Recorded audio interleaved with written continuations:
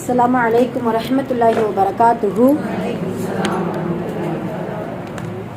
إن الحمد لله رب العالمين نحمده ونصلي على رسوله الكريم أما بعد فقد قال الله تعالى في القرآن الكريم والفرقان المجيد فأعوذ بالله من الشيطان الرجيم بسم الله الرحمن الرحيم والسماء ذات البروج واليوم الموعود وشاهد ومشهود صدق الله العلي العظيم. எல்லா புகழும் இறைவனுக்கே. அல்லாஹுடைய அன்பும் அருளும் எம்பெருமானார் ரசூலை கரீம் ஸல்லல்லாஹு அலைஹி வஸல்லம் அவர்கள் மீதும் நம் அனைவரின் மீதும் என்றென்றும் நின்று நிலவட்டுமாக. அல்லாஹுடைய கிருபையினால் அவனது நாட்டத்தினால் அல்லாஹுடைய இல்லமான இந்த மதரசாவில் நம் அனைவரையும் அல்லாஹு தாலா ஒன்று சேர்த்தது போல் இறையச்சமுடைய மக்களுக்காக அல்லாஹு தாலா தயார் செய்து வைத்துள்ள அந்த சொர்க்கத்தில், குறிப்பாக ஜன்னத்துல் ஃபிர்தௌஸ் என்கின்ற உயர்ந்த சொர்க்கத்திலும் அதிலும் குறிப்பாக நமது நாயகம் ஸல்லல்லாஹு அலைஹி வஸல்லம் அவர்களோடும் அவர்களுடைய தோழர்களோடும் நம் அனைவரையும், நம் குடும்பத்தார்கள் அனைவரையும், உலக முக்மீன்கள் அனைவரையும் அல்லாஹு தஆலா ஒன்று சேர்ப்பானாக. நாம் எதை கேட்டோமோ, எதை கேட்க இருக்கிறோமோ அதை நமது உள்ளத்தில் உள்வாங்கி அதை நமது வாழ்விலும் செயல்படுத்தி அதை நாம் மற்றவர்களுக்கும் எத்தி வைக்கக்கூடிய நன்மக்களாகவும் வல்ல ரஹ்மான் நம் அனைவரையும் ஆக்கி அருள் புரிவானாக. அல்ஹம்துலில்லாஹ். போன வாரம் எதை பற்றி நம்ம பார்த்தோம்? துல்ஹஜ்ஜுடைய மாதத்தின் சிறப்புகளை குறித்து நம்ம பார்த்தோம். அல்ஹம்துலில்லாஹ். ஒரு 20 சிறப்புகள் பார்த்தோமா? சரி, மாஷா அல்லாஹ். அல்ஹம்துலில்லாஹ். சரி, சரி. இன்னைக்கு நம்ம எதை பற்றி பார்க்க போகிறோம் அப்படின்னு சொல்லும் பொழுது, நெருங்கி கொண்டிருக்கக்கூடிய அரஃபாவுடைய நாளின் சிறப்புகளையும் அன்றில் செய்யக்கூடிய சில அமல்களையும் அரஃபாவுடைய நோன்புடைய மகத்துவத்தையும் நம்ம பற்றி பேச போகிறோம். அதுக்கு முன்னாடி ஒரு சின்ன முன்னுரை. அல்லாஹு தாலா குர்ஆன்ல சொல்றது போல, வமா ஹலக்துல் ஜின்ன வல் இன்ஸ இல்லா லியஅ்புதூன், மனிதர்களையும் ஜின்களையும் என்னை வணங்குவதற்காகவே அன்றி வேறு எதற்காகவும் நான் படைக்கவில்லை அப்படின்ட்டு அல்லாஹு தாலா குர்ஆன்ல சொல்லி காட்டுது. இப்போ நான் மனிதர்களா இருந்தாலும் சரி, ஜின்களா இருந்தாலும் சரி, இறைவனை வணங்குவதற்காக மட்டும்தான் அல்லாஹ் நம்மளை என்ன செஞ்சிருக்கா? படைச்சிருக்கா. அப்போ படைப்பின் நோக்கமே இறைவனை இபாதத் செய்வதற்கு மட்டும்தான், வணங்குவதற்காகத்தான். வணக்கம் என்பது பல வகையில் இருக்குது. உதாரணமா ஒரு 3 வகை வணக்கங்களை நம்ம எடுத்துக்கிறோமே. முதல் வகை வணக்கம் உள்ளம் சார்ந்த வணக்கங்கள். உள்ளம் சார்ந்த வணக்கம், உள்ளம் சார்ந்த இபாதத்னா எதெல்லாம் சொல்லலாம்? திக்ர், உள்ளம் சார்ந்த இபாதத். ஒருவரை குறித்து ஒருவருக்காக உதவி செய்யக்கூடிய எண்ணம் உள்ளம் சார்ந்த இபாதத். நல்ல எண்ணங்கள் உள்ளம் சார்ந்த இபாதத். இப்படி எதெல்லாம் உள்ளத்தில் நாம் நினைத்து இறைவனை துதித்து இறைவனுக்காக இபாதத் செய்கின்றோமோ அவை அனைத்துமே உள்ளம் சார்ந்த இபாதத். சுப்ஹானல்லாஹ். இந்த உள்ளம் சார்ந்த இபாதத்துக்கு அல்லாஹ்விடத்தில் அவ்வளவு மதிப்புண்டா. ஏன் அப்படின்னா, உள்ளம் என்பது இறைவனுக்கும் நமக்கும் சம்பந்தப்பட்டது. மற்றவர்களுக்கு அருகில நம்ம உட்கார்ந்து இருந்தா கூட இறைவனை நினைத்து நம்ம உள்ளத்துக்குள்ள திக்ர் செய்யும் பொழுது பக்கத்துல செய்யாது, கேட்காது, தெரியாது, யாருக்குமே தெரியறதுக்கு வாய்ப்பும் கிடையாது. ஆனால் துவா அதே போல. ஆனால் மற்ற இபாதத்துகள் எடுத்துக்கிட்டோம்னா ஒருவரோ 2 பேரோ ஏதோ ஒரு சில பேர் பார்க்கறதுக்கான ஒரு வாய்ப்புகள் இருக்கும். ஆனால் உள்ளம் சார்ந்த இபாதத்துக்கு மட்டும் அல்லாஹுக்கும் நமக்குமான ஒரு தொடர்பு மட்டும்தான் இருக்கு. அதனால உள்ளம் சார்ந்த இபாதத்தில் அதிகமாக ஈடுபட வேண்டும். துஆ, இதே போல பிரார்த்தனை, திக்ர், மற்ற எந்தெந்த விஷயங்கள் நம்மளை உள்ளத்தால் நினைக்க முடியுமோ, நியத், நேர்ச்சை, இது எல்லாமே உள்ளம் சார்ந்த இபாதத்துகள். சரிங்களா? இது ஒரு வகை. இரண்டாவது வகை என்ன அப்படின்னா, உடல் சார்ந்த இபாதத்துகள். இப்போ உதாரணமாக நோன்பு நோற்பது உடல் சார்ந்த இபாதத், தொழுகை உடல் சார்ந்த இபாதத். இப்படியான உடல் சார்ந்த இபாதத்துகளை நம்ம கவனம் செலுத்தணும். ஏன் அப்படின்னா, அல்லாஹு தஆலா நம்மளுடைய உடலையும் நமக்கு கொடுத்த ஆரோக்கியமும் அல்லாஹ் கொடுத்த அமானிதம். நம்மளுடைய உடல்ல எவ்வளவு ஆரோக்கியத்தை அல்லாஹு தஆலா இந்த உலகத்துல வாழ்கின்ற வரைக்கும் கொடுத்திருக்கின்றானோ அந்த உடல் ஆரோக்கியத்தையும் உடல் உறுப்புகளையும் வைத்து அல்லாஹ்வுக்காக நம்ம என்ன செய்யணும்? அதிகமாக இபாதத் செய்யக்கூடியவர்களாக இருக்க வேண்டும். மறுமையில எல்லா உறுப்புகளையும் அல்லாஹ் பேச வைப்பான். அப்படிதானமா? இந்த பேசிக்கொண்டிருக்கக்கூடிய இந்த உலகத்தில் பேசிக்கொண்டிருக்கக்கூடிய இந்த நாவுக்கு பூட்டு போட்டு எல்லா உறுப்புகளையும் பேசும் பொழுது இந்த உறுப்புகளை எதுக்கெல்லாம் இபாதத்திற்கு நாம் பயன்படுத்தினோமே ஆனால் அந்த உறுப்புகள் நமக்கு எதிராக சாட்சி சொல்லாம நமக்கு சாதகமாக என்ன செய்யும்? இன்ஷா அல்லாஹ் சாட்சி சொல்லக்கூடியதாக இருக்கும். இது இரண்டாவது வகை இபாதத். மூன்றாவது வகை இபாதத் பொருளாதாரத்தின் அடிப்படையில செய்யக்கூடிய இபாதத். உதாரணமாக ஜகாத், சதகா, இறைவழியில் செலவிடுவது, எது எல்லாம் பொருளாதாரத்தை கொண்டு நம்ம இபாதத் செய்கிறோமோ. ஹஜ், சுப்ஹானல்லாஹ். இப்போ அந்த ஹஜ்ஜுடைய காலத்துல இருக்கும் இல்லையா, உடல் ஆரோக்கியமும் வேணும், பொருளாதாரமும் வேணும். ஏதாவது ஒன்று இல்லை அப்படின்னாலுமே ஹஜ் நமக்கு என்ன செய்ய முடியாது. அல்லாஹ்வுடைய நாட்டம் அதுக்கு மேல இருக்குது. அப்ப இப்படி 3 வகையான இபாதத்துகள் நமக்கு இருக்குது. அப்ப ஆக மொத்தம் எத்தனை இபாதத்துகள் வகைகள் இருந்தாலும் இந்த உலகத்துல நம்மை படைத்த ஒரே நோக்கம் இபாதத் செய்வதற்காகத்தான். ஒரு நாளைக்கு 24 மணி நேரங்களை நம்ம எடுத்துக்கொண்டோமே ஆனால் இபாதத் அப்ப இப்படி நம்ம நினைச்சிடக்கூடாது. அப்ப முழுக்க முழுக்க இபாதத்திலேயே நம்ம மூழ்கிறணுமோ அப்படிங்கறத நினைச்சிடக்கூடாது. மூழ்க மாட்டோம், இருந்தாலுமே அந்த என்னன்னா அல்லாஹ்வுடைய நோக்கம் என்னன்னா என்னுடைய இபாதத்தும் இருக்கணும். அந்த இபாதத்தின் மூலம் இந்த துன்யாவை நீ என்ன செஞ்சுக்கோ, தேடிக்கோ, இந்த துன்யாவை அனுபவிச்சுக்க, இந்த துன்யாவுக்கான உன்னுடைய பொருளாதாரத்தை சேர்த்துக்கோ, இந்த துன்யாவுக்காக நீ ஓடிக்கோ. அதுக்கு அதை நம்ம முன்னாடி வச்சுட்டு நம்ம இபாதத்தை நம்ம என்ன செஞ்சிடக்கூடாது, பின்னாடி வச்சிடக்கூடாது. அதுதான் அல்லாஹ்வுடைய நோக்கமாக இருக்குது. அது மட்டுமல்ல, நம்மளுடைய இஸ்லாமிய மார்க்கத்துல துறவரம் என்பதே கூடாது. துறவரம்னா புரியுதுங்களா? அதாவது பாதிமார்கள், அதாவது கிறிஸ்தவர்கள்லாம் பாத்தீங்கன்னா முழுக்க முழுக்க எனக்கு எந்த ஒரு வாழ்க்கையும் தேவையில்லை, இந்த உலக வாழ்க்கையே தேவையில்லை அப்படின்னு சொல்லிட்டு முழுக்க முழுக்க இறை ஆலயத்தில் இருப்பது என்பது இஸ்லாமிய மார்க்கத்துடைய சட்டமே கிடையாது. இப்ப ஆக மொத்தம் இபாதத் என்பது அல்லாஹ்வுக்காக முழுக்க முழுக்க வணங்க வேண்டும் அப்படிங்கிறத நம்ம நினைச்சுக்கிறோம். இது எதுக்காக சொல்ல வந்தோம் அப்படின்னா, அல்ஹம்துலில்லாஹ் துல்ஹஜ்ஜுடைய சிறப்பான மாதத்துல நம்ம இருக்கிறோம். இந்த துல்ஹஜ்ஜுடைய முழு மாதங்கள்லையும் இபாதத்தை கொண்டு உடல் ரீதியாக, ஆரோக்கியத்தின் ரீதியாக, பொருளாதாரத்தின் ரீதியாக, உள்ளத்தின் ரீதியாக எத்தனை வகைகளில் நம்மளால் இபாதத் செய்ய முடியுமோ துல்ஹஜ் மாதத்துல மட்டும் கிடையாது. எதுக்காக இந்த மாதிரியான மாதங்களையும் சிறப்புகளையும் இந்த மாதிரியான வாய்ப்புகளை எல்லாம் கொடுக்கறாங்கிறது நமக்கு தெரியும். நம்மளை பக்குவப்படுத்துகிறார். நம்மெல்லாம் ஈமான்ல பலகீனமா போகும் பொழுது இது என்ன அப்படின்ட்டு, என்னடா வாழ்க்கை, இது என்ன சோதனை அப்படின்னு சொல்லி துவண்டு கொண்டு இருக்கும் பொழுது இப்படியான வாய்ப்புகளையும் இப்படியான மாதங்களையும் சிறப்புகளையும் கொடுத்து நம்மை ஈமானில் புதுப்பிக்க வைத்து நம்மை பக்குவப்படுத்தி இனி வரக்கூடிய மாதங்களில், இனி வரக்கூடிய நாட்களில் நல்ல முறையில் அமல் செய்து கொள்ளுங்கள், ஈமானை பாதுகாத்துக் கொள்ளுங்கள், இறையச்சத்தோடு இருங்கள் அப்படிங்கிறதுக்காகத்தான் இப்படியான ஏற்பாடுகளை அல்லாஹ் செஞ்சு கொடுக்கிறார். அதனால இந்த துல்ஹஜ்ஜுடைய மாதத்துல அதிகமாக இபாதத்தில் ஈடுபடக்கூடியவர்களாக இருக்க வேண்டும் இன்ஷா அல்லாஹ். அல்லாஹ்வுடைய கிருபையினால் இதோ துல்ஹஜ்ஜுடைய போன வாரம் வெள்ளிக்கிழமை துல்ஹஜ்ஜுடைய ஆரம்ப நாள்ல இருந்தோம். அல்ஹம்துலில்லாஹ் ஒரு வாரம் ஆயிடுச்சு. பிறை 7ல நம்ம இருக்கிறோம். அல்ஹம்துலில்லாஹ் அல்லாஹ்வுக்கு முதல்ல நிறைய ஷுக்ர் செய்யணும். இந்த பிறை 7 நமக்கு கிடைச்சிருச்சு பாத்தீங்களா. இந்த துல்ஹஜ்ஜுடைய அதுலயும் ரசூல் ஸல்லல்லாஹு அலைஹி வஸல்லம் சொன்னது போல உலகத்திலேயே, உலகம் படைக்கப்பட்ட நாளிலேயே, உலகத்தில் இருக்கக்கூடிய நாட்களிலேயே அல்லாஹ்வுக்கு பிடித்தமான நாட்கள் துல்ஹஜ்ஜுடைய முதல் 10 நாள். அதுல 7 நாட்கள் அல்லாஹ் நமக்கு கொடுத்திருக்கிறான். சுப்ஹானல்லாஹ். அதுல எத்தனை அமல்கள் நம்மளால முடிஞ்சதுப்பா. ஏதோ நம்மளால முடிஞ்ச குர்ஆன், நம்மளால முடிஞ்ச நோன்புகள் நோற்று, நம்மளால முடிஞ்ச சதகாக்களை செய்து, ஏதோ நம்மளால் முடிந்த இபாதத்துகளை செய்து அல்லாஹ்வுக்கு விருப்பமான ஒரு அடியார்களாக நம்மளை நாமளே தயார்படுத்தி கொண்டிருக்கோம் இல்லையா. அதுக்கு அதிகமாக நிறைய ஷுக்ர் செய்யணும்.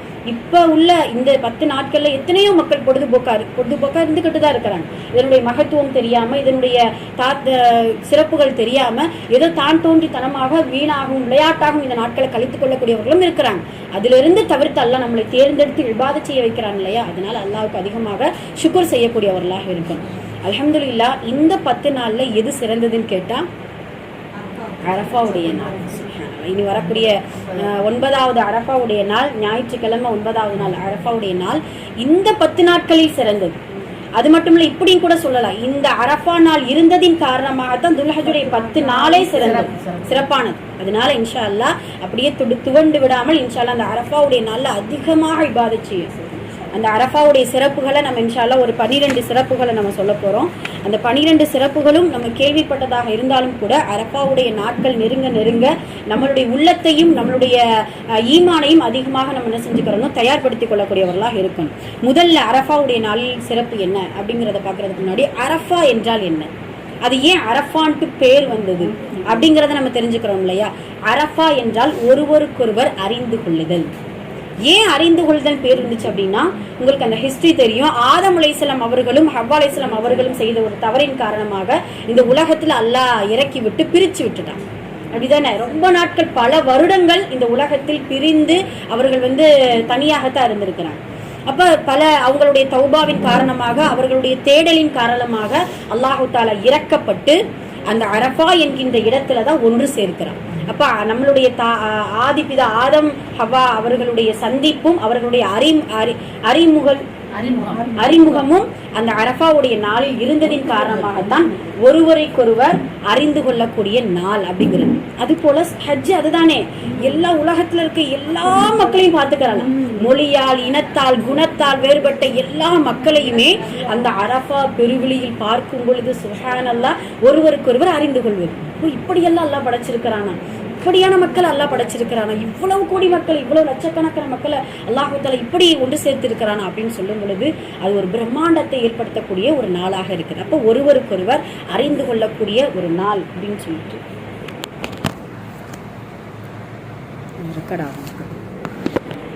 ஒருவருக்கொருவர் அறிந்து கொள்ளக்கூடிய நாள் அப்படிங்கிறதுக்காகத்தான் அல்லாஹ் தஆலா அரஃபா என்கின்ற பெயரை வைத்திருக்கின்றான் அப்படிங்கிறத நம்ம தெரிஞ்சு வச்சுக்கிறோம். சரிங்களா? அப்போ அரஃபாவுடைய பேர் நமக்கு தெரிஞ்சிடுச்சு. சரி, அரஃபாவுடைய நாளின் சிறப்பு என்ன அப்படிங்கிறத நம்ம பார்க்க போகிறோம்.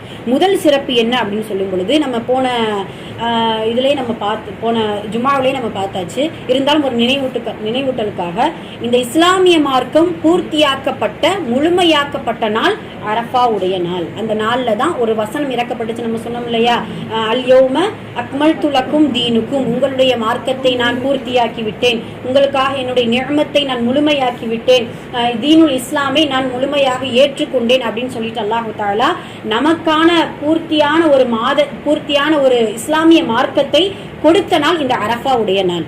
இந்த வசனம் இறங்கின உடனே உமர் ரலியல்லாஹு அன்ஹு அவர்கள் அழுகிறாங்க. இது அபூபக்கர் ரலியல்லாஹு அன்ஹு அவர்கள் அழுகிறத நம்ம கேள்விப்பட்டிருக்கோம். உமர் ரலியல்லாஹு அன்ஹு அவர்கள் அழுதாங்களா? ஆமா, அழுதாங்க. சுப்ஹானல்லாஹ். அப்ப நபி ஸல்லல்லாஹு அலைஹி வஸல்லம் அவர்கள் கேட்கிறாங்க, உமரை எதற்காக நீங்க அழுகிறீங்க அப்படின்னு சொல்லும் பொழுது உமர் ரலியல்லாஹு அன்ஹு அவர்கள் அழகான வார்த்தை சொல்லுவாங்க, அல்லாஹ்வுடைய தூதரே, இந்த மார்க்கம் பூர்த்தி ஆவதற்கு முன்னால் இந்த மார்க்கத்தை குறித்த தேடல்கள் எங்களிடத்துல நிறைய இருந்துச்சு. நாங்க நிறைய தேடணும், நிறைய நன்மை செஞ்சோம். என்ன இருக்கும் இந்த மார்க்கம், என்ன சொல்ல வருது, எப்படி பக்குவப்படுத்துது, எதை நம்ம செய்யணும், எதை செய்யக்கூடாது அப்படிங்கிற தேடல்களில் நாங்கள் ஆர்வமாக இருந்தோம். இதோ மார்க்கம் பூர்த்தியாகி விட்டது. பூர்த்தியான இந்த மார்க்கத்தில் நாங்கள் ஏதாவது ஒன்று குறை வைத்து விடுவோமோ, இனி வரக்கூடிய காலங்களில் குறை வந்து விடுமோ என்று நினைத்து நான் என்ன செய்கிறேன், அழுகிறேன் அப்படின்னு. சுப்ஹானல்லாஹ். பூர்த்தியான மார்க்கத்தை அல்லாஹ் கொடுத்துட்டான். இப்போ நம்ம இந்த காலத்துல நம்ம யோசிச்சு பார்த்தோம்னா மார்க்கத்தை முழுமைப்படுத்திட்டோமா, நாம ஹலால் ஹராம நம்ம பேணி இருக்கிறோமா, முழுமையான அல்லாஹுடைய முழு சட்டங்களை நம்ம கையில் எடுத்துட்டோமா, நம்ம நடைமுறைக்கு கொண்டு வந்துட்டோமா? அப்ப இதைத்தான் உமர் ரலியல்லாஹு அன்ஹு அவர்கள் நினைச்சு அழுகிறாங்களா. சுப்ஹானல்லாஹ். அப்ப இன்ஷா அல்லாஹ் இந்த பூர்த்தியான இந்த மாதத்தில் இந்த பூர்த்தியான வசனம் இறக்கப்பட்ட இந்த அரஃபாவுடைய நாள் நம்ம வருவதற்கு முன்னால் அல்லாஹ்விடத்துல ஒரு வாக்குறுதி கொடுக்கணும். ரப்பே, எங்களால் முடிந்த அளவிற்கு, ஏன்னா இந்த காலங்கள் ஆக ஆக ஈமான்கள் அந்த நேரத்துல அல்லாஹ்வுடைய சட்டமா நமது ஆசையா, அல்லாஹ்வுடைய கட்டளையா, இல்லது நம்மளுடைய சுய இன்பமா அப்படின்னு சொல்லிட்டு நமக்கு நாமளே போராடக்கூடிய நிலைமையில நாம் இருக்கிறோம். அதனால் அல்லாஹ்விடத்துல அதிகமாக வாக்குறுதி கொடுங்க, யா அல்லாஹ் உனக்கு முழுமையாக கட்டுப்படக்கூடிய முக்மீன்களாக வாழ்வதற்கு அருள் புரியும். இந்த அரஃபாவுடைய நாள்ல நிறைய நம்ம துவா செய்வோம். இன்ஷா அல்லாஹ் கடைசி அரஃபாவுடைய நாள்ல என்னென்ன துவாக்களை நம்ம முன்வைக்கணும், எல்லாம் நம்மளுடைய தேவைகளை கேட்போம். அல்ஹம்துலில்லாஹ். அந்த தேவைகளுக்கு முன்னால் எந்தெந்த துவாக்களை அரஃபாவுடைய நாளில் நம்ம கேட்கணும் அப்படிங்கிறத இன்ஷா அல்லாஹ் நம்ம பின்னாடி பார்க்க போறோம். அதனால பூர்த்தியாக்கப்பட்ட நாள் அரஃபாவுடைய நாள். இந்த உன்னதத்தை நம்ம தெரிந்து அந்த அரஃபாவுடைய நாளை நம்ம எதிர்கொள்ளக்கூடியவர்களாக இருக்க வேண்டும். ஒன்று. இரண்டாவது என்ன அப்படின்னா, நமக்கு துல்ஹஜ்ஜுடைய 10வது நாள் தான் பெருநாள், எல்லாருக்குமே தெரியும். ஆனால் பெருநாளை விட அரஃபாவுடைய நாள் தான் நமக்கு பெரும் நாளா. சுப்ஹானல்லாஹ். அந்த நாளைத்தான் அவ்வளவு கொண்டாடணும். ஏன்னா யூதர்கள் உமர் ரலியல்லாஹு அன்ஹு அவர்களிடத்துல கேட்பாங்க, உமர் ரலியல்லாஹு அன்ஹு அவர்களே, அல்லாஹு தஆலா ஒரு வசனத்தை இறக்குனான் இல்லையா, அந்த வசனத்தில் இறக்கப்பட்ட நாள் எங்களுக்கு தெரிந்தால் நாங்கள் பெருநாளாக கொண்டாடுவோம். அந்த வசனம் இப்ப சொன்னோம் இல்லையா, அந்த வசனம் இறக்கப்பட்ட அந்த நாள் மட்டும் எங்களுக்கு தெரிந்தால் பெருநாளாக கொண்டாடுவோம் அப்படின்னு சொல்லும் பொழுது உமர் ரலியல்லாஹு அன்ஹு அவர்கள் நேர்முக வர்ணனையாக அந்த யூதர்களுக்கு இப்படி ஒரு பதில் கொடுப்பார்களாம். உங்களுக்கு மட்டும் வசனம் இறக்கப்பட்ட அந்த வசனத்துடைய முக்கியத்துவம் தான் தெரியும், ஆனால் அது எப்படி இறக்கப்பட்டுச்சு, எந்த நேரத்தில் இறக்கப்பட்டுச்சு அப்படிங்கிறத உமர் ரலியல்லாஹு அன்ஹு அவர்கள் நேர்முக வர்ணனையாக சொல்றாங்க. ஹஜ்ஜத்துல் விதாவில் அரஃபாவுடைய மைதானத்தில் வெள்ளிக்கிழமையில் நபி ஸல்லல்லாஹு அலைஹி வஸல்லம் அவர்களுடைய தனி சிறப்பாக, அதாவது எந்த இன்ஷா அல்லாஹ் வந்துச்சா அப்படிங்கிறது வந்திருக்குன்னா அரஃபாவும் வெள்ளியும் சேர்ந்துருச்சு அப்படின்னு நினைச்சுக்கோங்க. சுப்ஹானல்லாஹ். அது மாபெரும் ஒரு திருநாளா மாறி போயிடும். ஆனா நபி ஸல்லல்லாஹு அலைஹி வஸல்லம் அவர்களுக்கு அன்றைய நாள் வெள்ளிக்கிழமை அரஃபாவுடைய நாள்ல இருந்திருக்கிறாங்க. வெள்ளிக்கிழமையில் ஹிஜ்ரி 10ஆம் ஆண்டு நபி ஸல்லல்லாஹு அலைஹி வஸல்லம் அவர்கள் ஒட்டகத்தின் மேல் இருந்து அஸ்ர் தொழுகைக்கு பின்னால் இந்த ஆயத் திறக்கப்பட்டது. அதனால் இவ்வளவு டீட்டெயில்ஸ் தெரிந்த எங்களுக்கு தான் பெருநாளாக நாங்கள் என்ன செய்வோம், அதை கொண்டாடுவதற்கு நாங்கள் தான் முன்னுரிமை பெற்றவர்கள் அப்படின்னு சொல்லிட்டு உமர் ரலியல்லாஹு அன்ஹு அவர்கள் சொல்லி காட்டுவாங்க. புரியுதுங்களா? அதாவது ஹஜ்ஜத்துல் விதாவுல அரஃபாவுடைய நாள்ல வெள்ளிக்கிழமையில ஹிஜ்ரி 10ஆம் ஆண்டு அஸ்ர் தொழுகைக்கு பின்னால் நபி ஸல்லல்லாஹு அலைஹி வஸல்லம் அவர்கள் ஒட்டகத்திற்கு மேல் இருக்கும் பொழுது இந்த வசனங்கள் இறக்கப்பட்டது அப்படிங்கிறத நபி 5:3 மாயிதாவில் 5:3வது வசனம். இன்ஷா அல்லாஹ் வீட்டில் போய் எடுத்து அதை ஒரு முறை படிச்சு பாருங்க இன்ஷா அல்லாஹ். அப்ப அன்றைய நாள் பெருநாளாக கொண்டாடப்படுவதற்கு தகுதியான நாள் அப்படிங்கிறத நபி ஸல்லல்லாஹு அலைஹி வஸல்லம் அவர்களுடைய அந்த அந்த அந்த அந்த வசனம் இறக்கப்பட்ட நாளின் மூலமாக நமக்கு தெரிய வருது. இது இரண்டாவது சிறப்பு. மூன்றாவது சிறப்பு என்ன அப்படின்னு சொல்லும் பொழுது, நம்ம ஆரம்பத்தில் நம்ம ஓதுனோம் இல்லையா, வஸ்ஸமா இதாத்தில் புரூஜ் வல் யௌமில் மவ்ஊத் வ ஷாஹிதி வ மஷ்ஹூத். அதாவது ஷாஹித் மஷ்ஹூத், சாட்சி சொல்லக்கூடியதும் சாட்சி சொல்லப்பட்டதும், ஷாஹித் மஷ்ஹூத். அது என்ன ஷாஹித் என்றால் எந்த நாளை குறிக்கும், எது சாட்சியாக குறிக்கும் அப்படின்னா வெள்ளிக்கிழமையை குறிக்கும். சரிங்களா, வெள்ளிக்கிழமை தான் சாட்சியாக்கக்கூடிய நாள். மஷ்ஹூத் என்றால் அரஃபாவுடைய நாள், சாட்சியாக்கப்பட்ட நாள் அப்படின்னு சொல்லிட்டு அல்லாஹு தஆலா மறைமுகமாக அரஃபாவுடைய நாளையும் வெள்ளிக்கிழமையும் இந்த சூரா புரூஜ்ல 3வது வசனத்தில் அல்லாஹு தஆலா நமக்கு தெளிவுபடுத்த. இது 3வது சிறப்பாக இருக்குது. அதாவது சாட்சி சொல்லப்பட்ட நாளும் சாட்சி சொல்லக்கூடிய நாளும் அரஃபாவுடைய நாள் அப்படிங்கிறத நபி ஸல்லல்லாஹு அலைஹி வஸல்லம் அவர்கள் நமக்கு சொல்லி காட்டுறாங்க. நான்காவது அதனுடைய சிறப்பு என்ன அப்படின்னு சொல்லும் பொழுது, நமக்கெல்லாம் தெரியும் வல் ஃபஜ்ர் வ லயாலின் அஷ்ர் வஷ்ஷஃபி வல் வத்ர். அதாவது ஒற்றைப்படை இரவின் மீது சத்தியமாக அப்படின்ட்டு அல்லாஹு தஆலா சொல்லிக்கட்டும். வல் வத்ர் என்றால் ஒற்றைப்படை. அது எந்த ஒற்றைப்படை குறிக்கும் அப்படின்னா அரஃபாவுடைய 9வது நாள். 9 என்பது ஒற்றைப்படை தானே, அதனால அல்லாஹு தஆலா அரஃபாவுடைய 9வது நாளின் மீது சத்தியமாக அப்படின்னு சொல்லிட்டு அல்லாஹுடைய சத்தியத்தை சொல்லி அந்த அரஃபாவுடைய நாளின் சிறப்பை நமக்கு உணர்த்தக்கூடியதாக இருக்குது. இது 4வது சிறப்பாக இருக்குது. 5வது சிறப்பு என்ன அப்படின்னு சொன்னா ரொம்ப முக்கியமான சிறப்பு. அல்லாஹு தஆலா படைத்த நாள், நம்ம ஆரம்பத்திலே சொன்னது போல அல்லாஹ் படைத்த நாளிலேயே இந்த அரஃபாவுடைய நாளை போன்று சிறந்த நாள் எதுவுமே கிடையாது. ஏன் சிறந்த நாள் அப்படின்னு சொல்லும் பொழுது, மலக்குமார்களிடத்தில் நம்மளெல்லாம் படைக்கும் பொழுது மலக்குமார்கள் சொன்னாங்கல்ல, யா அல்லாஹ் இந்த பதர்களை எதற்கு நீ படைக்கிற, வெறும் ரத்தத்தையும் சண்டையையும் பரவக்கூடிய இந்த மக்களை எதுக்கு நீ படைக்கிற அப்படின்னு சொல்லும் பொழுது அடிக்கடி நம்மளை குறித்து அந்த மலக்குமாரிடத்துல பெருமை பேசுவோம். அல்லாஹ் இந்த மஜ்லிஸை குறித்து பேசுறான் இல்லையா, இப்படியான எங்க நீங்க போயிட்டு வந்தீங்க அப்படின்னு கேட்கும் பொழுது இப்படியான இடத்துக்கு நாங்க போயிட்டு வந்து எதை கேட்டா இப்படின்ட்டு நிறைய விஷயத்தை அல்லாஹ் தஆலா மலக்குமார்களிடத்தில் என்ன செய்வான், பெருமை பேசக்கூடியவனாக இருப்பான். அதே போலதான் அரஃபாவுடைய நாளில் மலக்குமார்களிடத்துல கேட்பானா, ஏன் இந்த மக்கள், அதாவது இப்படி கேட்பா, அதாவது தாழ்ந்தவன் உயர்ந்தவன் செல்வந்தன் ஏழை எல்லாரும் பரட்டத்தலையோட நின்று கொண்டு ஒற்றுமையா ஒரே போல ஆடை அணிந்து கொண்டு என்னிடத்துல எதைத்தான் இந்த மக்கள் கேட்கிறாங்க, எல்லாருக்கும் எல்லாம் தெரியும் அல்லாவுக்கு. மாணவர்களிடத்துல கேட்கும் பொழுதையா அல்லாஹ் இந்த மக்கள் உங்களிடத்தில் தௌபா கேட்கின்றார்கள், பாவ மன்னிப்பு கேட்கின்றார்கள். அந்த அரஃபாவுடைய நாள்ல அதிகமா நம்ம செய்யறது என்ன, பாவ மன்னிப்பு தான். ஒருத்தவங்க கூட ஃபோன் பண்ணி ஹஜ்ஜுடைய நாள் யாரு தான் இதெல்லாம் சொல்லி கொடுப்பாங்கன்னு எனக்கு உண்மையிலே தெரியல.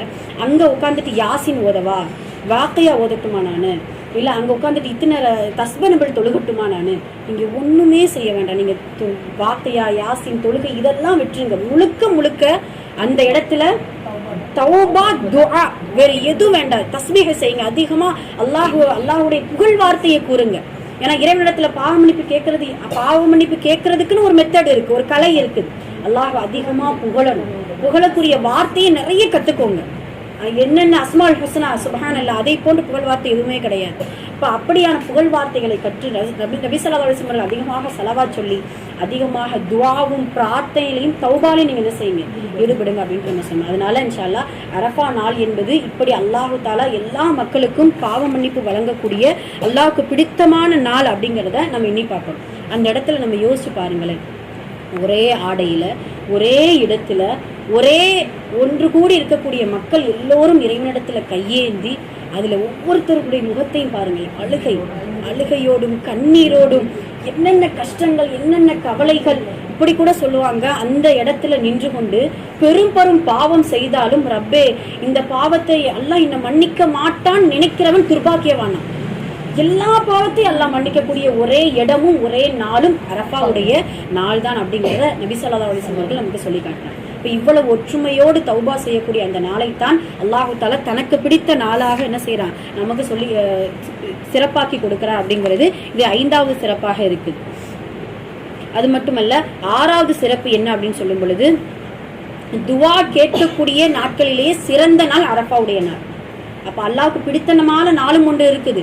துவா கேட்கறதுக்கு நம்ம இப்ப உதாரணமாக வெள்ளிக்கிழமை எடுத்துக்கிட்டோம்னா ஒரு நேரம் இருக்கிறது, அந்த நேரத்தில் துவா கபூலாகக்கூடிய ஒரு நேரம் அப்படிங்கிறது நம்ம இது பண்ணியிருப்போம். ஒரு சில பேர் இப்படி பிரயாணத்துல நோய்வாய்ப்பட்டவர்களுடைய துவா, இப்படி தாய் தந்தைய பிள்ளை நம்முடைய பிள்ளைகளுக்கு செய்யக்கூடியது, இப்படியெல்லாம் ஒரு இது இருக்கு இல்லையா, அதை விட கபுலாகக்கூடிய ஒரு தன்மை, கபுலாகக்கூடிய ஒரு நேரம், கபுலாகக்கூடிய மனிதர்கள், இவர்களை எல்லாமே விட அரஃபாவுடைய நாளில் தான் துஆ கபுலாக்கப்படும் என்பதை முழுமையாக நம்ம என்ன செய்யணும் இன்ஷா அல்லாஹ் நம்பி நிறைய அல்லாஹ்விடத்துல துஆ செய்யணும். நபி ஸல்லல்லாஹு அலைஹி வஸல்லம் அவர்கள் அதிகமாக அந்த அரஃபாவுடைய நாளில் அவர்களுடைய துஆ நிறைய இருந்திருக்கு. இருந்தாலும் இந்த உம்மத்தினர்களுக்காக துஆ கேட்டிருக்கிறார். நபி ஸல்லல்லாஹு அலைஹி வஸல்லம் அவர்கள் இந்த உம்மத்தினர்களுக்காக நிறைய துஆ செஞ்சிருக்கிறார். அந்த துஆவில் பார்த்தீங்கன்னா இப்படி துஆ செய்வாங்க இல்லையா, அல்லாஹ் அநியாயம் செய்யப்பட்டவர்களுக்கு நீ என்ன செய்வ, புரியுதுங்களா? அநியாயம் செய்பவர்கள் வேற, அநியாயம் செய்யப்பட்டவர்கள், அந்த பட்டவர்களுக்கு அவர்களுடைய சோதனைக்காக நீ சொர்க்கத்தை கொடுப்ப, அநியாயம் செய்தவர்களுக்கு அவர்கள் சொர்க்கத்தை கொடுப்ப. அதனால அவங்கள பத்தி நான் கேட்கல, அநியாயம் செய்தவர்களுக்காக உன்னிடத்தில் நான் துஆ கேட்கின்றேன். அதுக்காக அநியாயம் செய்யணுங்கிறதெல்லாம் கிடையாது. நமக்காக இந்த உம்மத் யாருமே அநியாயம் செய்தவர்கள், பாவிகள் யாருமே நரகத்துக்குள்ள போயிடக்கூடாது என்பதற்காகத்தான் நபி ஸல்லல்லாஹு அலைஹி வஸல்லம் அவர்கள் தனக்கு கிடைத்த ஒவ்வொரு வாய்ப்பின் போதும், தனக்கு கிடைத்த ஒவ்வொரு அந்த சந்தர்ப்பத்தின் போதும் இந்த உம்மத்தினர்களுக்காக நிறைய துஆ செஞ்சிருக்கிறாங்க. அப்ப ரசூலுல்லாஹ்வுடைய துஆவை அல்லாஹ் மறுப்பானா? அந்த அரஃபாவுடைய நேரத்துல கொஞ்ச நேரம் அல்லாஹ் தஆலா அந்த துஆவை ஏற்றுக்கொள்ளலையா? அநியாயக்காரர்களுக்கு நீங்க துஆ செய்றீங்களா நபி? என்னென்ன அநியாயம், ஒரு உதாரணமா ஒரு வியாபாரத்துல, இல்ல கொடுக்கல் வாங்கல்ல, இல்ல உறவுகளுக்குள்ள என்னென்ன அநியாயம் செய்திருப்பாங்க இந்த மக்கள், செய்கிறார்கள் இந்த மக்கள். அநியாயக்காரர்களுக்காக நீங்க துஆ செய்றீங்களா? விடல அல்லாஹ் தஆலா. அல்லாஹ்வுடைய தூதர் அரஃபால துஆ செய்றாங்க, முஸ்தலிஃபால துஆ செய்றாங்க, மினாவுல துஆ செய்றாங்க. கடைசியாக அல்லாஹ் தஆலா நபி ஸல்லல்லாஹு அலைஹி வஸல்லம் அவர்கள் அநியாயக்காரர்களுக்காக செய்த துஆவை அல்லாஹ் கபூலாக்கி கொள்ளக்கூடிய அந்த நாள் தான் அரஃபாவுடைய நாள். அந்த அளவிற்கு அல்லாஹ்வுடைய அந்த அரஃபாவுடைய நாள்ல நிறைய துஆ செய்யும். ஹாஜிகள் அரஃபாவுடைய இடத்துல நின்று துஆ செய்றாங்க. நாம என்ன செய்யணும், அந்த அரஃபாவுடைய நாள்ல நிறைய என்ன செய்யணும், நோன்பாளிகளாக இருந்து நோன்பாளிகளுடைய துஆவையும் அல்லாஹ் தஆலா மறுக்கவே மாட்டான். முட்டிய வயிறோடு உணர்ந்த உதடுகளோடு இறைவனிடத்துல பசியோடு இருக்கும் பொழுது நெருக்கமான நேரம் அந்த பசியோடு இருக்கக்கூடிய நேரம் தான். அதனால அதிகமா நம்ம என்ன செய்யணும் இன்ஷா அல்லாஹ் அந்த அரஃபாவுடைய நாளில் துஆ கேட்கக்கூடிய நாளில் அரஃபாவுடைய நாள் தான் சிறந்தது அப்படிங்கிறத நம்ம நினைவில் வச்சுக்கிறோம். அதே போல இது 6வது சிறப்பு. 7வது சிறப்பு என்ன அப்படின்னு சொல்லும் பொழுது, அரஃபாவுடைய நாளில் தக்பீரை தஷ்ரீக் என்று சொல்லக்கூடிய வாஜிபான தக்பீர் சொல்லக்கூடிய ஒரு சிறப்பான நாள். நம்ம மேலே எழுதி போட்டிருக்கோம். அந்த தக்பீர் எப்படியெல்லாம் சொல்லணும் இன்ஷா அல்லாஹ் பார்த்துனாலும் சொல்லுங்க. தயவு செஞ்சு வாஜிபானதை மட்டும் மறந்துடவே கூடாது.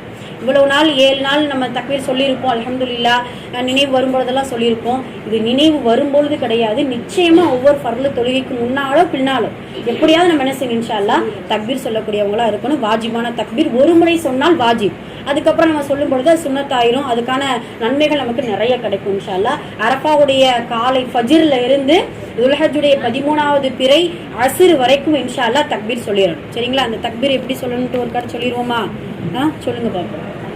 அல்லாஹு அக்பர் அல்லாஹு அக்பர் அல்லாஹு அக்பர் லா இலாஹ இல்லல்லாஹு அல்லாஹு அக்பர் அல்லாஹு அக்பர் வலில்லாஹில் ஹம்து. இதுவரையும் சொல்லிக்கிறலாம், இல்ல அப்படியே சேர்த்து இது ஃபுல்லாமே ஒரே தக்பீராவும் சொல்லிக்கிறலாம். அல்லாஹு அக்பர் கபீரா வல்ஹம்துலில்லாஹி கஸீரா வசுப்ஹானல்லாஹி வபிஹம்திஹி புக்ரத்தன் வஸீலா லா இலாஹ இல்லல்லாஹு அல்லாஹு அக்பர் அல்லாஹு அக்பர் வலில்லாஹில் ஹம்து. டீ குடிச்சுக்கோ. பிஸ்மில்லாஹ். 8வது சிறப்பு என்ன அப்படின்னு சொன்னா, அன்றைய நாள் எல்லா நபிமார்களும் செய்த ஒரு திக்ர் இருக்கு, 4ஆம் கலிமா. அதான் நபி ஸல்லல்லாஹு அலைஹி வஸல்லம் அவர்கள் சொல்லுவாங்க, என்னை போன்று எல்லா நபிமார்களும் ஒரே ஒரு திக்ரை செய்கிறார்கள் என்றால் அந்த அரஃபாவுடைய நாள்ல செய்யக்கூடிய அந்த திக்ர் என்ன, 4ஆம் கலிமா. 4ஆம் கலிமாவை லா இலாஹ இல்லல்லாஹு வஹ்தஹு லா ஷரீக லஹு லஹுல் முல்கு வலஹுல் ஹம்து வஹுவ அலா குல்லி ஷைஇன் கதீர் அப்படின்னு சொல்லிட்டு அன்றைய நாள் எந்த திக்ர் செய்கிறோமோ இல்லையோ இந்த 4ஆம் கலிமாவை அதிகமா சொல்லக்கூடியவங்களா இருக்கும்.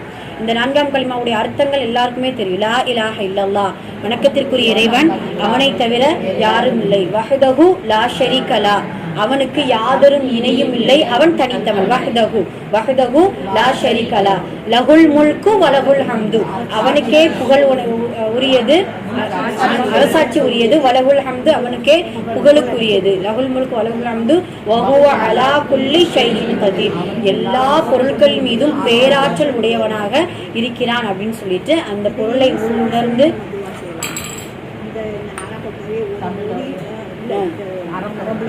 சொல்லிட்டு கடைசியில் வகுப்பு அழகாக செய்யும் கதை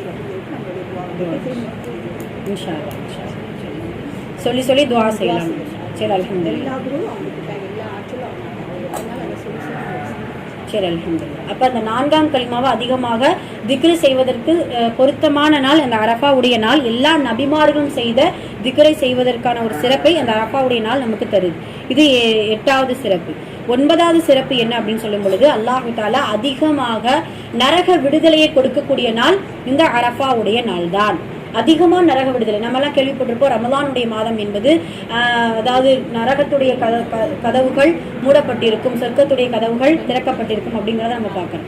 அதை விட அதிகமாக நரக விடுதலை பெறக்கூடிய நாள் இந்த அரஃபாவுடைய நாள். யாரெல்லாம் அரஃபாவுடைய நாளில் துவா செய்கிறாங்களோ, நரக விடுதலை கேட்கின்றார்களோ, அந்த அரஃபாவுடைய நாளை அடைகிறார்களோ, கேட்கிறோமோ இல்லையா, அந்த அரஃபாவுடைய நாளை அடைந்து நோன்பு நோற்று அதற்கான நன்மைகளை யாரெல்லாம் பெறுகிறோமோ அல்லாஹு தஆலா கண்டிப்பாக அந்த நரக விடுதலை நமக்கு பெற்று தருவோம் இன்ஷா அல்லாஹ். அந்த ஏன் அப்படின்னு சொல்லும் பொழுது நம்ம அடிக்கடி சொல்றது, அதாவது ஒவ்வொரு நாள்ல நரகத்தை குறித்து பாதுகாவல் 3 முறை தேடணும். அல்லாஹ்விடத்துல சொர்க்கத்தை கேட்டு 3 முறை அல்லாஹ்விடத்துல கேட்கணும் அப்படிங்கிறது நபி ஸல்லல்லாஹு அலைஹி வஸல்லம் அவர்கள் சொல்லக்கூடிய ஒரு சுன்னத், சொல்லித்தந்த ஒரு சுன்னத். அதனால அரஃபாவுடைய நாளில் அதிகமாக நம்ம என்ன செய்யணும், நரக விடுதலை கேட்கணும். அரஃபாவுடைய நாளில் அதிகமாக நரக விடுதலை அல்லாஹ் தஆலா நமக்கு கொடுக்கிறார். இது 9வது சிறப்பு. 10வது சிறப்பு என்ன அப்படின்னு சொல்லும் பொழுது, என்ன துவா கேட்டாலும் கபுலாகும்ட்டு நம்ம சொல்லியிருக்கோம் இல்லையா, நம்மளுடைய முடிவுகளை குறித்து அதிகமாக துவா செய்யணும். அந்த அரஃபாவுடைய நல்ல முடிவுகளை கொடியா அல்லாஹ். ஏன் அப்படின்னா, எதனால இதை கேட்குறோம் அப்படின்னா, உமர் ரலியல்லாஹு அவர்கள் இந்த அரஃபா ரசூல் நபி ஸல்லல்லாஹு அலைஹி வஸல்லம் அவர்கள் எப்படி 63 வயதில் இறந்தாங்களோ, அது போல உமர் ரலியல்லாஹு அவர்கள் 63வது வயதில் தான் இறக்குறாங்க. தன்னுடைய வாழ்க்கையில கடைசி நாளில் கடைசி வருடத்துல ஹஜ் செய்ய வர்றாங்க. கடைசி வருடம்ட்டு உமர் ரலியல்லாஹு அவர்களுக்கே தெரியாது. ஹஜ்ஜு செய்ய வந்துட்டு உமர் ரலியல்லாஹு அவர்கள் இப்படி துவா செய்வாங்க. நிறைய துவாக்கள் உமர் ரலியல்லாஹு அவர்கள் செய்த துவா இருக்குது. யா அல்லாஹ் எனக்கு வந்து நீண்ட ஆயுளை கொடுத்துட்டோம். 63 என்பது நீண்ட ஆயுளாம். உமர் ரலியல்லாஹு அவர்கள் அப்படி துவா செய்கிறாங்க. நீண்ட அதிகாரம், ஆட்சிகள், நீண்ட கலிஃபாக்களாக நான் இருக்கிறேன். அதனால இப்படியெல்லாம் நிறைய துவா செஞ்சுட்டு இப்படி ஒரு வார்த்தை சொல்லுவாங்க, எனக்கு ஷஹீத் ஆகக்கூடிய மரணத்தை நீ என்ன செய்யும், ஒரு ஷஹீத் என்கின்ற அந்தஸ்தை பெற்ற ஷஹீத் என்கின்ற ஒரு மரணத்தை கொடு. அது மட்டும் இல்லாமல் உனது ரசூல் உனது ஹபீப் இறந்த அந்த மதீனாவிலே எனக்கு நீ என்ன செய், மரணத்தை கொடு அப்படின்னு சொல்லிட்டு உமர் ரலியல்லாஹு அவர்கள் துவா செய்வாங்க.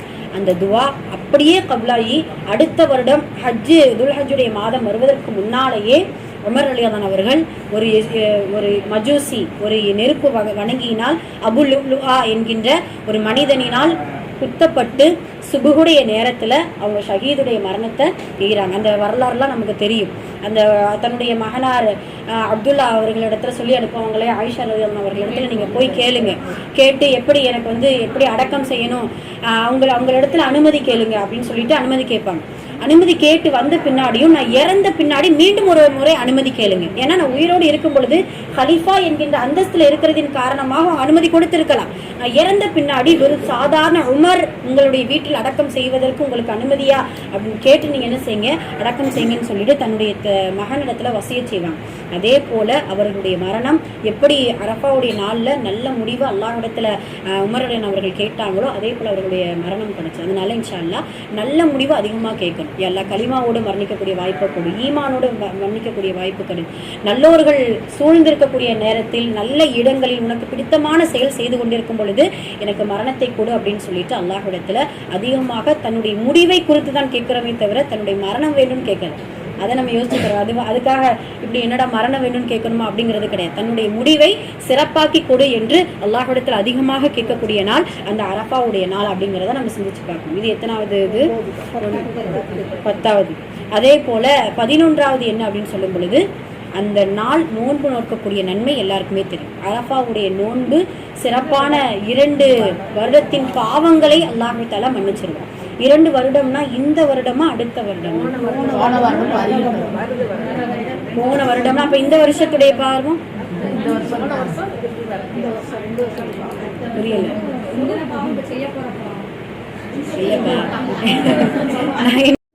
சரி சரி அல்ஹம்துலில்லாஹ். அப்ப 2 வருடத்தின் பாவங்களை அல்லாஹ் தஆலா மன்னிக்கக்கூடிய ஒரே ஒரு நோன்பு அரஃபாவுடைய நோன்பு. மற்ற எல்லா நோன்புகளையும் யோசிச்சு பாருங்களேன், இனிமே செய்யக்கூடிய பாவத்தை மன்னிக்கிற மாதிரி எந்த அமலுமே கிடையாது. இப்போ ரமலானே எடுத்துக்கிறோமே, முன் பாவங்கள் எல்லாம் எல்லாம் மன்னிச்சிருவோம் அப்படின்னு தான் சொல்லுவோம். முன் பாவங்கள் எல்லாமே மன்னிக்கக்கூடிய மாதம் ரமலானுடைய மாதம் அப்படின்னு சொல்லுவாங்க. ஆனால் அரஃபாவுடைய நாளில் மட்டும்தான், அரஃபாவுடைய நோன்புல மட்டும்தான் 2 வருடங்கள், அதுலயும் நான் அல்லாவே முடிவு பண்ணிட்டான், எப்படியோ அடுத்த வருஷம் நீ பாவம் செய்யத்தான் போற. அது முடிவு பண்றது மட்டும் கிடையாது, அல்லாஹ்வுடைய ஏற்பாடே அதுதான். ஆதமின் மக்கள் எல்லோரும் பாவம் செய்யக்கூடியவர்கள் தான், பாவம் செய்பவர்கள் சிறந்தவர்கள், தௌபா செய்து மீள்பவர்கள் அப்படின்ட்டு அல்லாஹு தஆலா அல்லாஹ்வுடைய தூதர் நமக்கு சொல்லி காட்டிட்டாங்க. அதனால இன்ஷா அல்லாஹ் இந்த நோன்பை எப்படியாவது நோற்றணும் இன்ஷா அல்லாஹ். ஏன்னா அந்த நோன்புடைய நன்மை நமக்கு ஒரு பக்கம் இருந்தாலும் நம்மளுடைய பாவங்கள் நமக்கு மன்னிக்கப்படுது இல்லையா? அதனால இன்ஷா அல்லாஹ் முடிந்த அளவு மற்ற நோன்புகளை வைத்தோமோ இல்லையோ, இந்த அரஃபாவுடைய ஞாயிற்றுக்கிழமை வரக்கூடிய 9வது நோன்பை கண்டிப்பாக வைக்கக்கூடியவங்களா இருக்கணும் இன்ஷா அல்லாஹ். இது அரஃபாவுடைய நாளின் சிறப்பாக இருக்கு. 12வது சிறப்பு என்ன அப்படின்னா, அன்றைய நாள் ஷைத்தான் அதிகமாக கதறி அழக்கூடிய நாள். இந்த ஷைத்தான் நம்மளை எத்தனை நாள் கதற வச்சிருக்கான், என்னெல்லாம் நம்மளுடைய இபாதத்தை பால்படுத்தி, நம்மளுடைய நன்மைகளை இதாக்கி, நம்மளுடைய நேரத்தை வேஸ்ட் ஆக்கி, இவ்வளவு வேலைகள் செஞ்சு நம்மளை அழுக வச்சாங்கல்ல, அந்த ஷைத்தான் அழக்கூடிய ஒரே நாள் அந்த அரஃபாவுடைய நாள் தான். ஷைத்தான் இந்த உலகத்துல 3 முறை கதறி அழுந்திருக்கான். நம்ம அடிக்கடி சொல்லியிருக்கோம். சூரத்துல் ஃபாத்திஹா இறக்கப்படும் பொழுது கதறி அழுந்திருக்கிறார். 2வது நபி ஸல்லல்லாஹு அலைஹி வஸல்லம் அவர்கள் பிறந்த நாள் அன்று, 3வது நாள் அரஃபாவுடைய நாள். ஏன் அரஃபாவுடைய நாள்ல இவ்வளவு அவனுக்கு வேதனை ஏற்படும் அப்படின்னா, அல்லாஹ் கண்டிப்பா இந்த அரஃபா நாள்ல நோன்பு நோற்று துவா செய்து தௌபா செய்பவர்களே அல்லாஹ் கபூல் செஞ்சுக்கிடுவான். அந்த ஹாஜிகள் ஒட்டு மொத்தமா நின்று அல்லாஹ்விடத்துல அழுது புலம்பக்கூடிய அந்த காட்சியை பார்த்துட்டு கண்டிப்பா அல்லாஹ் இரக்கமாயிருவானோ மன்னிச்சிருவானோ அப்படின்னு நினைச்சு, ஐயோ நம்ம சொல்லிட்டு அந்த சவால் என்ன ஆகுறது, சவால் விட்டுட்டு வந்தானே அல்லாஹ்விடத்துல, என்னுடைய அடியார்களை எப்படியாவது நான் வழிகெடுப்பேன், எப்படியாவது இந்த நரகத்தை நிரப்புவேன் அப்படின்னு சொல்லிட்டு ஷைத்தான் அந்த வாக்குறுதி கொடுப்பான். அப்ப நம்மளுடைய வாக்குறுதியில நம்ம தோல்வி ஆயிருமோ அப்படின்னு நினைச்சு ஷைத்தான் என்ன செய்வானா, அதிகமாக அழக்கூடியதாக இருக்கிறான். அதுல பாத்தீங்கன்னா அந்த அரஃபாவுடைய நடு ஒரு பகுதியில ஜபலே ரஹ்மா அப்படிங்கிற அந்த ஒரு மலை இருக்கும். அந்த ரஹ்மா அப்படின்னா ரஹ்மத் இறங்கக்கூடிய மலை. அந்த இடத்துலதான் அரஃபாவுடைய மைதானத்துல, அந்த இடத்தில் தான் ஆதம் அலைஹிஸ்ஸலாம் அவர்களும் ஹவ்வா அலைஹிஸ்ஸலாம் அவர்களும் அந்த ஒன்று சந்திச்சிருக்காங்க. அல்லாஹ் ரஹ்மத் செஞ்சிருக்கு. அதனால ஜபலே ரஹ்மா அப்படிங்கிற அந்த பெயர் பெற்றிருக்கு. அந்த அளவிற்கு அல்லாஹு தஆலா ரஹ்மத்தை இறக்கக்கூடிய, நம்மளை எல்லாம் மன்னிக்கக்கூடிய, ஷைத்தானை அளவைக்கக்கூடிய ஒரே நாள் அரஃபாவுடைய நாள் தான் அப்படிங்கிறத நம்ம சிந்திச்சு பார்க்கணும். அதனால இவ்வளவு சிறப்புகள் அரஃபாவுடைய நாள்ல இருக்குது. இப்போ இந்த அரஃபாவுடைய நாளை எப்படியாவது நம்ம நோன்பு நோற்று அல்லாஹ்விடத்தில் அதிகமாக துஆவும் தௌபாவும் செய்யக்கூடியவர்களாக இருக்கும். சரி, எப்படியெல்லாம் நம்ம துவா செய்யலாம்? முதல்ல நம்மளுடைய தேவைகளை கேட்கலாம், ஒன்றும் பிரச்சனை இல்லை, அதில் எந்த ஒரு இதுவுமே கிடையாது. துவா செய்யக்கூடிய சில கலைகள் இருக்குது. நம்ம முன்ன சொன்னது போலதான் அல்லாஹ்விடத்துல துவா செய்யறதுக்கு முன்னாடி முதல்ல ஒரு 2 ரக்காயத்து தௌபா நஃபில் தொழுதுட்டு அல்லாஹ்விடத்துல முன் உட்கார்ந்து, எப்படி நம்ம இறைவனுக்கு முன்னால் இறைவன் முன்னாடி இருக்கிறா ஒரு அவனுடைய அர்ஷுக்கு முன்னால் அமர்ந்திருக்கிறது போல நம்மளுடைய உள்ளத்துல நினைத்து கொண்டு அதிகமாக அல்லாஹ்வை அதிகமா புகழணும் முதல்ல. ஸோ அஸ்மால் ஹுஸ்னாவை அதிகம் நம்ம என்ன செய்யணும் இன்ஷா அல்லாஹ் ஓதிக்கிறோம். அதுக்கு பின்னாடி நபி ஸல்லல்லாஹு அலைஹி வஸல்லம் மீது அதிகமாக ஸலவாத் சொன்னதுக்கு பின்னாடி நம்மளுடைய பாவத்திற்காகத்தான் முதல்ல நிறைய துவா கேட்கணும். எடுத்த உடனே எனக்கு அந்த கஷ்டம் இருக்கு, இந்த கஷ்டம் இருக்கு, அவ்வளவு சோதனை இருக்கு, எனக்கு அதை கூட இதை கூடன்னு கேட்கறத விட முதல்ல தௌபா, பாவ மன்னிப்புக்காக நிறைய நம்ம என்ன செய்யணும், துஆ செய்யணும். அது மட்டும் இல்லாம முதல்ல நமக்கு என்னுடைய பாவம், எனக்கு உங்களுடைய பாவ மன்னிப்பு உங்களுக்கு, அது போல இப்படி முதல்ல தனக்குத்தானே துஆ செஞ்சுட்டு அதுக்கு பின்னாடி பெற்றோர்கள் செய்த பாவத்திற்காக, நம்மளுடைய பிள்ளைகள், நம்மளுடைய உற்றார்கள், நம்மளுடைய உறவுகள், நம்முடைய முக்மீன்கள் எல்லாருடைய பாவத்திற்காக நம்ம என்ன செய்யணும், தௌபா செய்யணும். இது முதல். இது 2வது ஈமானுக்காக நிறைய துஆ செய்யணும். யா அல்லாஹ் ஈமானோடு வாழ்ந்து ஈமானோடு மரணிக்கக்கூடிய பாக்கியத்தை கொடு அப்படின்னு சொல்லிட்டு நிறைய துஆ செய்யணும். ஆனால் இந்த காலத்துல ஈமானை சுமப்பது என்பது அல்லாஹ்வுடைய தூதர் சொன்னது அப்படி 100க்கு 100 உண்மை. காலங்கள் ஆக ஆக ஈமான் என்பது உள்ளங்கையில் வைக்கக்கூடிய நெருப்பு கங்கு போல. நெருப்பு கங்கு நம்மளால உள்ளங்கையில வைக்க முடியுமா? அதே போலத்தான் ஈமானை சுமந்து இந்த உலகத்தில் வாழ்வது என்பது மிக கடினம். அதனால ஈமானோடு வாழ்ந்து ஈமானோடு மரணிக்கக்கூடிய பாக்கியத்தை கொடு அப்படின்னு சொல்லிட்டு அல்லாஹ்விடத்தில் துஆ செஞ்சு, யா அல்லாஹ் உன்னுடைய கட்டளைகளை முழுமையாக கட்டுப்பட்ட முஸ்லிம்களாக வாழக்கூடிய பாக்கியத்தை கொடு அப்படின்னு சொல்லிட்டு 3வது துஆவை நம்ம என்ன செய்யணும் இன்ஷா அல்லாஹ் முன்வைக்கணும். 4வது என்ன அப்படின்னா, யா அல்லாஹ் நீ கொடுத்த வேதத்தை உனக்கு பிடித்தமான முறையில் ஓதி அதன்படி நடப்பதற்கு எங்களுக்கு நேர்வழி காட்டு அப்படின்னு சொல்லிட்டு குர்ஆனை குறித்தும் அதனுடைய வழிகாட்டுதலை குறித்தும் நிறைய நம்ம என்ன செய்யணும் இன்ஷா அல்லாஹ் துஆ செய்யணும். இது 4வது. 5வது நபி ஸல்லல்லாஹு அலைஹி வஸல்லம் அவர்களுடைய சுன்னத்தை அடிப்பிரளாமல் யா அல்லாஹ் முழுமையாக பின்பற்றி வாழக்கூடிய பாக்கியத்தை கொடு அப்படின்னு சொல்லி இந்த துஆவல் இதெல்லாம் பாத்தீங்கன்னா நம்மளுடைய துஆவுடைய பட்டியல்ல கடைசியா தான் வரும். ஏதோ எல்லா தேவைகளையும் கேட்டு முடிச்சுட்டு இன்னும் என்ன கேட்கலாம் அப்படின்னு யோசிக்கும் போது தான் வரும். இதெல்லாம் முன்னே நம்ம என்ன செஞ்சிடணும், கேட்கணும். இதெல்லாம் கேட்கக்கூடிய இதெல்லாம் இருந்தாலே போதும் நம்மளுடைய சோதனைகள் கஷ்டங்கள் எல்லாமே நீங்கி போயிடும், எல்லாம் லேசாக்கி கொடுத்துரும். இப்போ இந்த துஆக்கெல்லாம் நிறைய நம்ம முன்வைத்து கேட்கணும். அதே போல நற்குணங்கள் நல்ல எண்ணங்களோடு வாழ்வதற்கு வாழக்கூடிய பாக்கியத்தை கூட அப்படின்னு சொல்லிட்டு நம்மளுடைய குணங்களை சீர்படுத்தக்கூடிய விஷயங்களை நம்ம என்ன செய்யணும், கேட்கணும். ஏன்னா நபி ஸல்லல்லாஹு அலைஹி வஸல்லம் அவர்கள் விட்டு சென்ற சுன்னத்திலேயே ஆகச்சிறந்த சுன்னத் அல்லாஹ்வுடைய தூதரின் நற்குணங்கள் மட்டும்தான். அதனால நற்குணங்களை நல்லதாக்கி கொடு அப்படின்னு சொல்லிட்டு அல்லாஹ்விடத்துல துஆ செய்யக்கூடியவர்களாக இருக்கணும். இது எத்தனாவது? 6வது துஆ. 7வது பாத்தீங்கன்னா, யாருக்காவது இந்த உலகத்துல வாழும்போது அப்படி வாழ முடியாது, இருந்தாலும் முயற்சி செய்யணும் இன்ஷா அல்லாஹ். யாருடைய மனதையும் கஷ்டப்படுத்தாம, யாருடைய பத்வாவிற்கும் ஆளாகிராம, நம்மளுடைய நாவாலோ நம்மளுடைய கரத்தாலோ யாருக்கும் துன்பம் கொடுக்காமல், அப்படி துன்பம் கொடுத்தால் அவர்களிடத்துல மன்னிப்பு கேட்கக்கூடிய மனதோடு வாழக்கூடிய பாக்கியத்தை கூட அப்படின்னு சொல்லிட்டு பிறர் கடமைகளை குறித்து நம்ம நிறைய துஆ செய்யணும் இன்ஷா அல்லாஹ். ஏன்னா நிறைய மறுமையில நம்மளுடைய கை சேதத்தை உண்டு பண்றது அது ஒண்ணுதானா. அல்லாஹுடைய ரஹமத் அல்ஹம்துலில்லாஹ் நமக்கு கிடைச்சிருச்சுன்னா வெற்றி தான். அல்லாஹுடைய ரஹமத்தும் அவனுடைய இபாதத்துல குறைபட்டுருச்சுன்னா அல்லாஹ் மன்னிக்க கூடியவன்.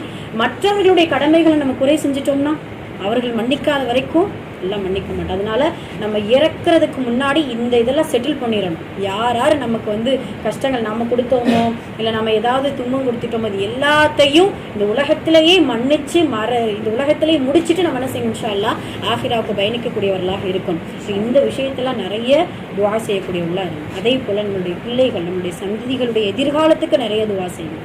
இந்த 40 வயசு அடைஞ்சிட்டோம்னா ஒரு துஆ நம்ம தினம் மதரசாவில் ஓதுவாங்க. ரப்பி அவுஸிஅனி அன் அஷ்குர நிஅமதக அல்லதி அன்அம்த அலைய வஅலா வாலிதைய வன் அமல ஸாலிஹன் ஃபதல்லாஹு ஃபஸ்லிஹ் லி ஃபீ துர்ரியதி. அந்த 40வது வயதுல செய்யக்கூடிய ஒரு அழகான வார்த்தை, அஸ்லிஹ் லி ஃபீ துர்ரியதி, என்னுடைய சந்ததிகளை எனக்கு சீராக்கி கொடு, அந்த துஆ. அதனால அதிகமாக நம்மளுடைய சந்ததிகளுக்காக நம்ம என்ன செய்யணும், நிறைய துஆ செய்யணும். ஏன்னா நாம இப்போ உதாரணமா இன்னைக்கு பேரண்ட்ஸ் மீட்டிங் அதை சொல்லத்தான் போறோம் இன்ஷா அல்லாஹ். தர்பியத் அப்படின்னா என்ன அர்த்தம்? பயிற்சி. குழந்தைகளை வளர்க்கறதுக்கு ஒரு தனி பயிற்சி தேவை. குழந்தை வளர்ப்பு அப்படின்னு சொல்லும்போது நம்ம எப்படி தவறா புரிஞ்சுக்கிறோம் அப்படின்னா, குழந்தை நல்லா ஆரோக்கியமா புஷ்டியா நல்லா வளர்க்குறோம், உடல் ஆரோக்கியத்துக்கு ஒரு பகுதி வைப்போம். 2வது நம்ம இறந்த பின்னாடி நம்முடைய பிள்ளைகள் யார் அதெல்லாம் இருக்குது. இது 2வது பட்சமா நம்மளுடைய பிள்ளைகளுக்கு நல்ல சேமிப்பு நல்ல ஒரு செட்டில் பண்ணிட்டு நம்ம பயணிச்சிடணும். இதையெல்லாமே விட முன்னாடி ஒழுக்கமும் கல்வியும் நல்ல ஒழுக்கத்தையும் கற்றுக் கொடுத்துட்டு நம்ம என்ன செய்யணும் இன்ஷா அல்லாஹ் நம்ம மரணிக்கக்கூடியவங்களா இருக்கணும். அப்போ நம்மளுடைய சந்ததிகளுக்காக அதிகமாக துஆ செய்யுங்க. யா அல்லாஹ் ஈமான் உள்ள பிள்ளைகளாக, எங்கிருந்த போதிலும் இறையச்சம் உள்ள பிள்ளைகளாக, தொழுகை நிலைநாட்டக்கூடிய பிள்ளைகளாக, பெற்றோர்களுக்கும் மற்றவர்களுக்கும் பணிவிடை செய்யக்கூடிய நன்மைகள் செய்யக்கூடிய பிள்ளைகளாக, உன்னுடைய பொருத்தத்தை பெற்ற பிள்ளைகளாக இந்த உலகத்தில் வாழ அருள் புரி அப்படின்னு சொல்லிட்டு நிறைய சந்ததிகளுக்கு நம்ம என்ன செய்யணும் இன்ஷா அல்லாஹ் துஆ செய்யக்கூடியவர்களாக இருக்கும். இது எதுக்காக அப்படின்னா, அந்த அரஃபாவுடைய நாளில் எப்படியாவது இறைவனிடத்துல உலுக்கினாலும் நம்மளுடைய துஆவை கபுலாக்க வைக்கணும். ஏன்னா அரஃபா மைதானத்துல நம்ம இல்லை, அல்லாஹ் அந்த பாக்கியத்தை நமக்கு கொடுக்கல. இன்ஷா அல்லாஹ் அடுத்த ஹஜ்ஜிலோ அடுத்த வருடத்துலயோ அல்லாஹ் நமக்கு அந்த பாக்கியத்தை கொடுப்பா இன்ஷா அல்லாஹ். ஆனா அந்த அரஃபாவுடைய நாள்லயாவது நம்ம என்ன செய்யணும் இன்ஷா அல்லாஹ் நிறைய துஆ செஞ்சு நம்மளுடைய பிள்ளைகளுக்காக, நம்மளுடைய ஈமானுக்காக, நம்மளுடைய கடைசி முடிவுகளுக்காக அன்றைய நாளை வேஸ்ட் பண்ணிடவே கூடாது இன்ஷா அல்லாஹ். ஏன்னா பெருநாளுக்கு முத நாள் அப்படின்னா ஏன் இவ்வளவு நம்ம இதுவா சொல்றோம் அப்படின்னா, முத நாள் எல்லாத்துலயுமே நம்ம மற்ற கவனங்கள் இருக்கும். ஐயோ உலுகையா கொடுக்கணுமே, அதெல்லாம் இருக்கலாம். இருந்தாலும் அதை விட முன்னோடியே நம்ம இதெல்லாம் வச்சுக்கிறோம். உலுகையா கொடுக்கணுமே, இல்லை ட்ரெஸ் பர்ச்சேஸ் பண்ணணுமே, இல்லை காய்கறி வாங்கணுமே, நாளைக்கு சமையலுக்கு என்ன செய்ய, வீடு வாசல்லாம் க்ளீன் பண்ணணுமே, இதெல்லாம் நம்மளுடைய மைண்டில் ஓடிட்டே இருக்கும். இதை விட எப்போ வேணாலும் அதை செஞ்சுக்கிறலாம். இதை விட இந்த அரஃபாவுடைய அடுத்த வருஷத்துல நம்ம இருப்போமாங்கிறது ஒரு பெரிய சந்தேகத்துல இருக்கு இல்லையா? அதனால கிடைத்த வாய்ப்பையும் கிடைத்த நாளையும் நம்ம என்ன செஞ்சிடக்கூடாது, விட்டுடக்கூடாது. இன்ஷா அல்லாஹ் அடுத்த வருடத்துல அரஃபாவுடைய மைதானத்துல நின்று துஆ செய்யக்கூடிய பாக்கியத்தை எல்லாருக்குமே அல்லாஹ் கொடுக்கணும் இன்ஷா அல்லாஹ். ஏன்னா நம்மளுடைய ஏக்கங்களையும் நம்மளுடைய தேட்டங்களையும் அல்லாஹ் புரிஞ்சுக்கிடுவான்ல. ஹஜ்ஜு அப்படின்னு சொன்னா பொருளாதாரம் வேணும், ஆரோக்கியம் வேணும், அல்ஹம்துலில்லாஹ். அல்லாஹ்வுடைய நாட்டம்னு ஒன்று இருக்குல்ல, நம்ம நாட்டத்தின் மீது நம்பிக்கை வைப்போம். அல்லாஹ் எங்களுக்கு எப்படியாவது ஹஜ் செய்யக்கூடிய வாய்ப்பை கொடு. ஏன்னா அந்த நேரத்தில் அந்த ஹாஜிகளாக நின்று அந்த பரட்டத்தலையோடு அல்லாஹுடைய அடிமையை ப்ரூஃப் பண்ணக்கூடிய இடம் அந்த அரஃபாவுடைய மைதானமா. சுப்ஹானல்லாஹ், நிறைய சிறப்புகள் இருக்கு அந்த நாள். அதனால இன்ஷா அல்லாஹ் நம்ம உள்ளூருக்குள்ள இருக்கிறோம், அரஃபாவுடைய நோன்பை நமக்கு கொடுத்துருக்கோம். அந்த நோன்பை வச்சு நம்ம என்ன செய்யணும், இன்ஷா அல்லாஹ் அல்லாஹ்விடத்துல நிறைய துஆ செய்யக்கூடியவர்களாக இருக்க வேண்டும். நம்மளுடைய பிள்ளைகளுக்காக துஆ செய்யணும். அதுபோல் நம்மளுடைய கடைசியாக இருக்கிறது நம்ம கடைசி முடிவுகளுக்காகவும் நிறைய துஆ செய்யக்கூடியவர்களாக இருக்கணும். அதுக்கு பின்னாடி நம்மளுடைய தேவைகள், நம்மளுடைய கஷ்டங்கள், நம்மளுடைய காரியங்கள் இலகுவாக எது எல்லாம் துஆ செய்ய முடியுமோ. மற்ற நிறைய பேர் அரஃபாவுடைய தஸ்பனபிள் தொழுகுவாங்க, சுக்ரியா நபில், தௌபா நபில் இதெல்லாம் தொழுகுவாங்க. அதுக்கு முன்னாடி நம்மளுடைய துஆவையும் தௌபாவையும் நிறைய வைக்கணும். அதுதான் நம்மளுடைய ஒரு பெரும் முயற்சி இன்ஷா அல்லாஹ். சரிங்களா? ஹைர், அல்ஹம்துலில்லாஹ். இவ்வளவு சிறப்பான நாட்களை நல்ல முறையில் அடையக்கூடிய பாக்கியத்தையும், நல்ல அமல்கள் இஹ்லாஸோடு செய்யக்கூடிய பாக்கியத்தையும், அல்லாஹு தாலாவிடத்தில் அதிகமாக தௌபா செய்யக்கூடிய பாக்கியத்தையும், துஆ செய்யக்கூடிய பாக்கியத்தையும், அந்த அரஃபாவுடைய நாளில் இதையும் கேட்டுக்கோங்க இன்ஷா அல்லாஹ். ஹஜ் செய்யக்கூடிய பாக்கியத்தையும் யா அல்லாஹ் நீ கொடுத்து, அடுத்த வருடம் இந்த அரஃபாவுடைய தினத்தில் நோன்பு நோற்றவர்களாக அல்ல, நோன்பு அந்த அரஃபாவுடைய நாளில் ஹாஜிகளாக வலம் வரக்கூடிய பாக்கியத்தை எல்லோருக்கும் தர வேண்டும் என்று இன்ஷா அல்லாஹ் துஆ செய்ய அல்லாஹு தாலா நம் அனைவருக்கும் தௌஃபீக் செய்வானாக. ஆமீன். அகுல் கௌலி ஹாதா அஸ்தக்ஃபிருல்லாஹ் லனா வ லக்கும் வ ஆகிர் தஅவானா அல்ஹம்துலில்லாஹி ரப்பில் ஆலமீன். அஸ்ஸலாமு அலைக்கும் வ ரஹ்மத்துல்லாஹி வ பரகாத்துஹு.